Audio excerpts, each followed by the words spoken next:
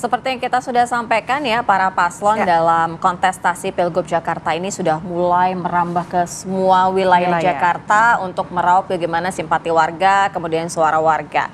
Nah, lembaga survei Poltreking Indonesia ini merilis survei elektabilitas calon gubernur Jakarta nomor urut 1 Ridwan Kamil Suswono unggul dibandingkan dua paslon lainnya. Dan dalam surveinya, Poltreking ini juga menempatkan RK Suswono di posisi puncak dengan 51,6%, disusul kemudian Pramono Rano 36,4% dan terakhir Darmakun 3,9%. Survei tersebut dilakukan dari tanggal 10 hingga 16 Oktober 2024 lalu yang melibatkan 2.000 responden warga Jakarta berusia di atas 17 tahun dan juga sudah menikah. Poltreking menggunakan metode survei multi-stage random sampling dengan toleransi kesalahan kurang lebih 2,2% pada tingkat kepercayaan 95%. Di mana sistem pengambilan survei ini dilakukan lewat wawancara tatap muka. Sementara ada juga LSI, Lembaga Survei Indonesia Deni JA yang juga membeberkan elektabilitas pasangan calon dengan angka yang juga sangat tipis. Survei yang dilaksanakan pada 10 hingga 17 Oktober 2024 ini menyebutkan pasangan Ridwan Kamil Suswono mendapatkan 37,4% dan juga pasangan Pramono Rano 37,1%. Tipis sekali kalau hasil survei dari LSI Deni JA. Betul, kompetitif banget ya. Kompetitif banget. Dan itu mungkin yang akan jadi pembahasan kita pagi hari ini bersama dengan narasumber yang sudah kami hadirkan di studio TCI Jakarta. Langsung saja kita kenalkan ya, Vira ya. Langsung kita sapa satu persatu. Ada Mas Duri Amrawi, Direktur Poltreking Indonesia. Selamat pagi, Mas Duri. Sehat ya Mas ya? Sehat ya. Dikala dinamika yang luar biasa ini. Luar biasa politik ya. Oke, di sebelah Mas Duri juga ada Mas Toto Izulfata, Direktur Eksekutif Citra Komunikasi LSI Deni JA. Selamat pagi Mas Toto. Pagi. Sehat Mas Toto? Harus semangat dong pagi-pagi Mas Toto. Siap-siap kita dengar ulasannya soalnya. Dengar ulasannya. Oke, kemana dulu nih kita Sira? Enak ya? Kita ke Mas Duri dulu ya. Mas Duri ya. Kalau misalnya dari posisi survei saat ini, artinya kan dari pasangan RK ini kan unggul kan. Sebenarnya unggulnya itu karena faktor apa dan lebih didominasi karena pemilihnya mungkin kalangan muda atau seperti apa berdasarkan survei? Iya, baik. Di dalam rilis temuan survei yang dilakukan oleh Poltreking, setidaknya ada dua hal ya yang penting untuk diperhatikan dalam konteks Pilkada Jakarta. Pertama soal faktor figur ya, soal personal branding lah kira-kira. Yang kedua soal campaign yang sejauh ini dilakukan.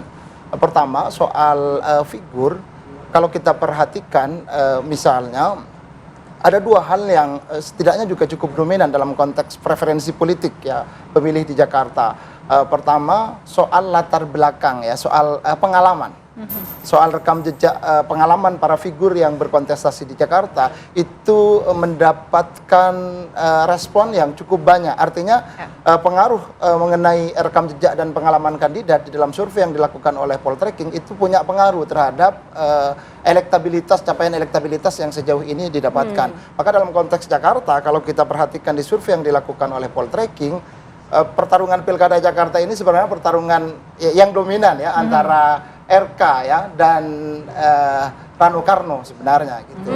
Oke, jadi dua figur yang populer begitu ya? Betul, yang populer dan secara elektabilitas juga mendapatkan respon lebih positif gitu. Dan respon positifnya itu karena rekam jejak mereka atau karena memang sosok figurnya mereka? Sosok figur mereka tentu.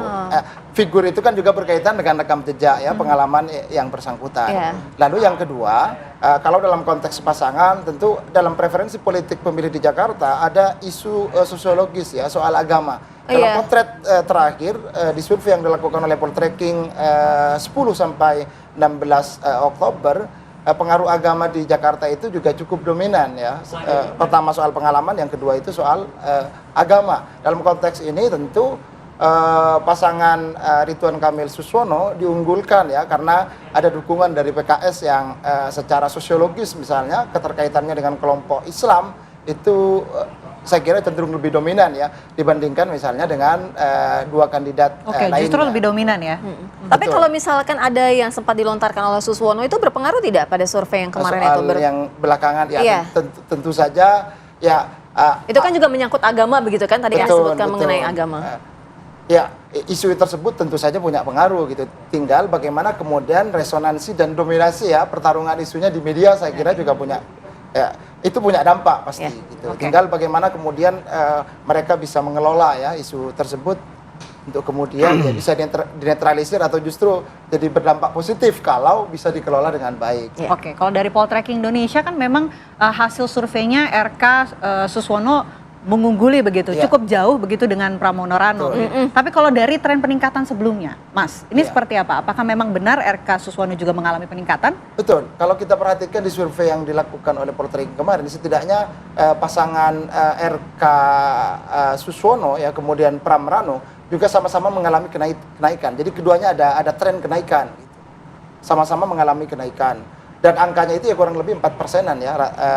Di antara keduanya kenaikan. Artinya keduanya ini sama-sama sedang running, sedang berproses ya di dalam kontestasi Pilkada Jakarta dan secara tren ada kenaikan di antara keduanya. Nah, ini yang penting saya kira dalam konteks kita memperhatikan soal ya potensi kemenangan nanti. Artinya potret survei yang dilakukan oleh Poltreking itu kan membaca dalam rentang 10 sampai 16 Oktober. Nah, kalau kemudian terjadi pergerakan yang signifikan di antara salah dua dari calon yang ada, jadi ke depan kira-kira ditentukan oleh sejauh mana gitu peningkatan atau pergerakan elektabilitas di antara keduanya bisa melesat atau tidak gitu. Ya, kalau dari Mas Toto sendiri kan kalau misal dari LSI DNJA ini kan persaingannya cukup kompetitif ya, cukup ketat ya. Sebenarnya ya apa sih yang membuat salah satu lebih unggul, salah satu saling mengejar dari satu sama lainnya? Ya, pertama yang saya harus sampaikan di awal terkait dengan isu penting soal hasil survei dan publikasinya itu biasanya nggak lepas dari dua. Satu, hasil yang berbeda, kedua, hasil yang meleset. Ini dua hal yang berbeda. Nah, hasil yang meleset di beberapa kasus pernah terjadi dan banyak orang yang kemudian melihat itu sebagai anomali dan pembandingnya biasanya hasil KPU atau KPUD kalau untuk pilkada. Nah, kalau hasil yang berbeda itu harus dilihat oleh beberapa hal. Misalnya pertama yang selalu dijadikan indikator adalah kapan turun survei itu. Nah, kalau kita melihat hubungan panas dingin kemarin yang sempat terjadi antara Poltreking dengan LSI Saiful ya. Ini saya harus klarifikasi, jadi ada dua LSI nih. LSI satu lembaga survei Indonesia, nah kami lingkaran survei Indonesia DNJA. Ini dua lembaga yang berbeda, walaupun awalnya dulu bersatu. Nah, terkait dengan itu kalau saya lihat baik Poltreking maupun LSI-nya sebelah itu Mas Jayadi Hanan ya, itu memang di periode turunnya kurang lebih sama. Nah, kemudian hasilnya berbeda. Ini yang memang menjadi logis, wajar kalau akhirnya diselesaikan secara organisasi. Dan kemarin hasilnya sudah kita tahu, tinggal silakan Poltreking ngambil sikapnya seperti apa. Nah, kalau dari kami lingkaran survei Indonesia, memang hasilnya belum bisa kita bilang siapa pemenangnya. Karena ada margin of error 3,5% ya. Dengan periode turun itu tanggal 16 sampai 22. Jadi dari sisi itu 71,4 dengan 37,4 dengan 37,1. Dari pengalaman kita sejauh masih dalam margin of error kita belum bisa bilang pemenangnya siapa. Iya, tapi apa yang membuat salah satu agak sedikit lebih unggul? Faktor apa? Ya, tentu banyak faktor ya. Yang pasti di kami selalu menyebut hukum besi. Jadi hukum besi orang atau kandidat untuk dipilih itu setidaknya ada dua minimal ya. Satu, tingkat populariti pengenalan, dan kedua, kesukaan. Calon yang ideal itu berbanding lurus antara pengenalan dan kesukaan. Yang bahaya itu kalau pengenalan tinggi, kesukaan rendah. Masih mending yang pengenalannya rendah tapi kesukaan tinggi. Nah, ini artinya kalau kandidat yang berkategori seperti itu tinggal bagaimana memaksimalkan pengenalan, potensi untuk dipilihnya kuat. Dan kita sudah uji di beberapa kali, kandidat yang di H-3, 4, 5 bulan itu bisa menang, walaupun elektabilitasnya sebelumnya jauh, karena tingkat kesukaan tinggi tapi pengenalan rendah. Begitu masih pengenalan, otomatis elektabilitasnya. Oke. Nah, yang ideal pengenalan dengan kesukaan berbanding lurus. Nah, ini kalau yang saya lihat yaitu RK sudah punya modal popularity. Sebaliknya Pram itu belum maksimal. Tapi kan ada wakilnya, Rano Karno, Nah, yang betul. juga sama popularitasnya. Saya kira penyumbang terbesar hasil survei hari ini ada di Rano. Kalau masih lagi pengenalan Pramnya, ini akan makin naik lagi elektabilitasnya. Apalagi kalau kita lihat dari tren sebelumnya, saya kira warning ya yang pas itu kalau kita mau ngasih warning itu ke RK malah. Kalau dari data kita. Karena ada tren kenaikan yang cukup lumayan signifikan dari duet Pram Dul ini. Dari sisi ini saya kira RK harus waspada karena dari data kita dia sudah masuk kategori stagnan itu. Pengenalan sudah tinggi, mentok, tapi hasilnya kurang lebih dari sebelumnya masih kurang lebih di angka 40-an di data kita ya. Itu kira-kira yang bisa Kalau kita berbicara mengenai pemilih pemula kan juga cukup banyak banget ya, masif banget. Nah itu angka-angka mereka itu saat ini kalau terbaca dari survei LSI DNJA kemana mereka? Memang kalau kita lihat ada kecenderungan itu ke Pram Dul ketimbang ke RK Sus. Nah memang di awal survei kita pernah di bulan Juli meskipun kompetitornya dalam bentuk simulasi kompetitornya hanya dengan Anies waktu itu dan Ahok, tapi RK cukup diminati waktu itu oleh kategori yang Gen Z itu ya. Nah, tapi belakangan kemudian saya melihat mulai ditinggalkan. Cuma yang menarik justru di soliditas para partai pendukungnya, walaupun tidak pernah berbanding lurus antara kemenangan dengan dukungan banyak partai, ini kita sudah uji beberapa kali.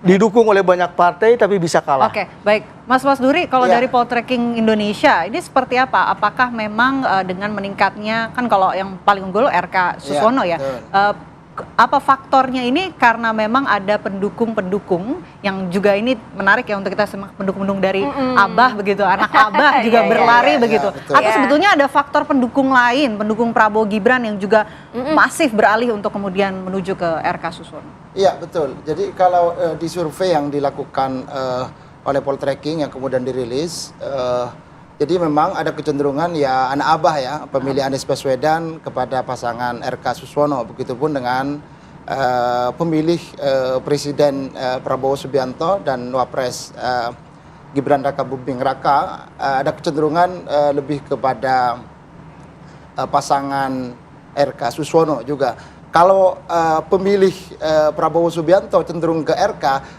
secara faktual tentu saja linear ya. Garis lurus linear, ya. Betul. Tapi yang menarik kan tentu kalau kemudian pemilih Anies Baswedan ternyata ada kecenderungan kepada RK Suswono. Dan ini tentu saja kalau kita tarik secara diametral terkait dengan posisi politik di Jakarta. Kalau kita tahu misalnya, saya kira dalam konteks rekam jejak perjalanan Pilkada Jakarta di 2017 lalu ya, soal Anies Ahok misalnya yang cukup kentara saingannya, saya kira itu juga jadi salah satu penjelas kenapa kemudian misalnya meskipun kemarin sempat rame soal kenapa kemudian Anies tidak bisa jadi maju sebagai calon gubernur di Jakarta, tapi secara posisi politik ya barangkali secara ideologis memang agak susah bertemu saya kira antara pemilih Anies dengan pemilih PDE yang dalam konteks Pilkada Jakarta saya kira direpresentasikan oleh Pram Rano gitu. Nah itu kemudian saya juga soal hasil survei yang di Poltreking misalnya sekarang Pram Rano di bawah RK Suswono dan tadi sempat disinggung soal bahwa jadi memang publik kita ada kecenderungan bandingkan hasil survei dengan hasil pemilu. Tapi yang perlu diingat dan diperhatikan oleh kita survei itu kan ada rentang waktunya. Iya. Apalagi masih kurang dari 1 bulan misalnya. Tentu saja ada berbagai dinamika politik ya, yang mungkin saja terjadi setelah itu gitu.